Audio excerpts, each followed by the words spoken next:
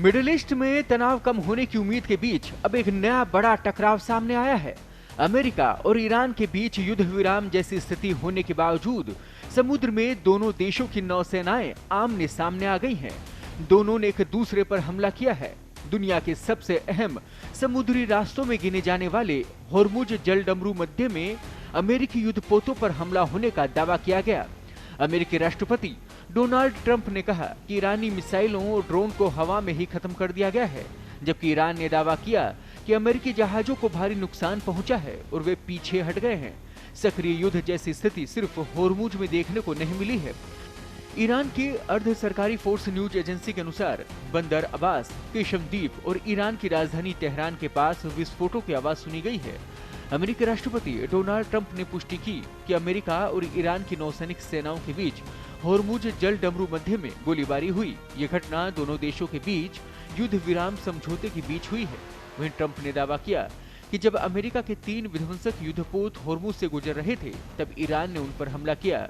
Social media platform truth social पर post करते हुए ट्रंप ने कहा कि अमेरिकी नौसेना के 3 युद्धपोत बहुत सफल तरीके से होर्मुज जलडमरू मध्य से बाहर निकल गए हैं। उन्होंने कहा कि रास्ते में ईरानी बलों ने उन पर गोलीबारी की। तीनों जहाजों को कोई नुकसान नहीं हुआ, लेकिन ईरानी हमलावरों को भारी नुकसान हुआ है। हालांकि ईरान का दावा अलग है। ईरान की इस्लामिक रिवोल्यूशनरी गार्ड कोर्प्स की नौसेना कमान ने एक्स पर कई पोस्ट करके दावा किया कि अमेरिकी नौसेना ने दक्षिणी ईरान के जास्क बंदरगाह के पास एक ईरानी तेल टैंकर को निशाना बनाया था, जिसके बाद अमेरिकी जहाजों पर हमला किया गया। वहीं IRGC ने आरोप लगाया कि अमेरिकी विध्वंसक जहाजों के खिलाफ एंटीशिप बैलिस्टिक मिसाइलों, क्रूज मिसाइलों और आत्मघाती ड्रोन का इस्तेमाल करते हुए एक संयुक्त अभियान चलाया गया।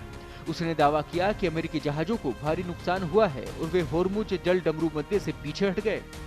वहीं अमेरिकी राष्ट्रपति ने ईरान के मौजूदा नेतृत्व पर कड़ी टिप्पणी करते हुए ये चेतावनी दी कि अगर तनाव बढ़ा तो आगे और कड़ी कार्रवाई की जाएगी। उन्होंने कहा कि अमेरिकी जहाज फिर से उनकी नौसैनिक नाकेबंदी में शामिल होंगे, जिसे उन्होंने स्टील की दीवार बताया था।